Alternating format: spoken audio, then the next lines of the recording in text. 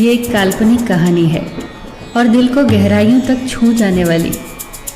एक बार स्वर्ग में विचरण करते हुए कृष्ण और राधा एक दूसरे के सामने आ गए। विचलित से कृष्ण, प्रसन्नचित से राधा।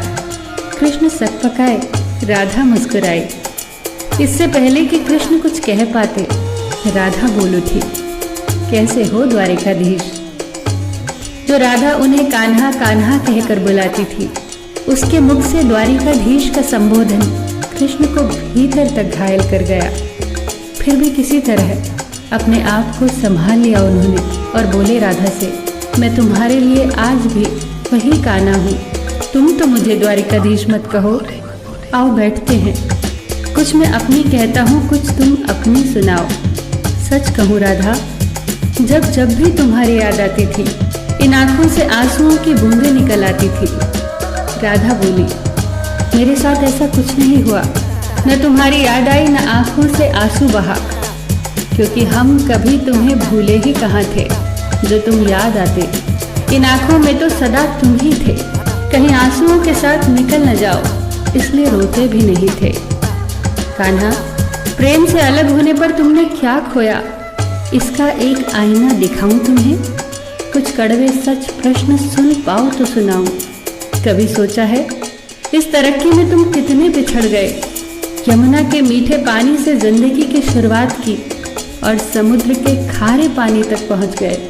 एक उंगली पर चलने वाले सुदर्शन चक्र पर भरोसा कर लिया और 10 उंगलियों पर चलने वाली बांसुरी को भूल गए। कान्हा, जब तुम प्रेम से जुड़े थे तो जो उंगली गोवर्धन पर्वत उठाकर लोगों को विनाश से बचाती थी, प्रेम से अलग होने पर वही उंगली क्या क्या रंग दिखाने लगी। सुदर्शन चक्र उठाकर विनाश के काम आने लगी। कान्हा और द्वारिकाधीश में क्या अंतर होता है बताऊं? कान्हा होते तो तुम सुदामा के घर जाते, सुदामा तुम्हारे घर नहीं आता। युद्ध में और प्रेम में यही तो फर्क होता है। युद्ध में आप मिटाकर जीतते हैं और प्रेम में आप मिटकर जीतते हैं। कान्हा, प्रेम में डूबा हुआ इंसान दुखी तो रह सकता है, पर किसी को दुखी नहीं कर सकता। आप तो कई कलाओं के स्वामी हो, स्वप्न दूरदृष्टा हो, गीता जैसे ग्रंथ के दाता हो, पर आपने ये क्या निर्णय लिया?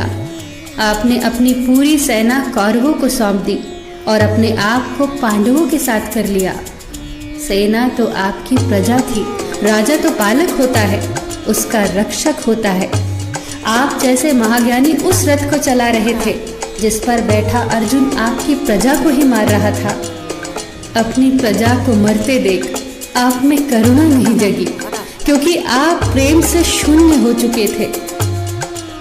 आज भी धरती पर जाकर देखो, आपकी द्वारिकाधीश वाली छवि को ढूंढते रह जाओगे।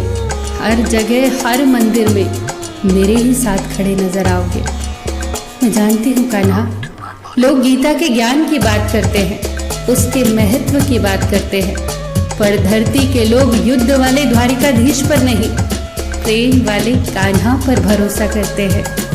गीता में मेरा दूर दूर तक नाम नहीं है, पर आज भी लोग उसके समापन पर राधे राधे कहते हैं। ये कहानी काल्पनिक जरूर है, पर इसके भीतर छिपी सीख बहुत महत्वपूर्ण है। श्री कृष्ण के पास कभी किसी प्रश्न का उत्तर ना हो, ऐसा तो हो ही नहीं सकता, परंतु राधा द्वारा लगाए गए प्रश्न चिन्हों पर कान्हा मौन रहे। यही तो है प्रेम में समर्पण का भाव। पराक्रम में हमें हर किसी को हराना होता है, तब भी हम जीत कर भी हार जाते हैं, परंतु प्रेम में एक ही कईयों का दिल जीत लेता है। सही कहा है कि छोटी सी उंगली पर पूरा गोवर्धन पर्वत उठाने वाले भगवान श्री कृष्ण छोटी सी बांसुरी को दोनों हाथों से पकड़ते थे। फिर मिलेंगे दोस्तों अगली कहानी के साथ। तब तक के लिए अपना ख्याल रखना और हमेशा मुस्कुराते रहना।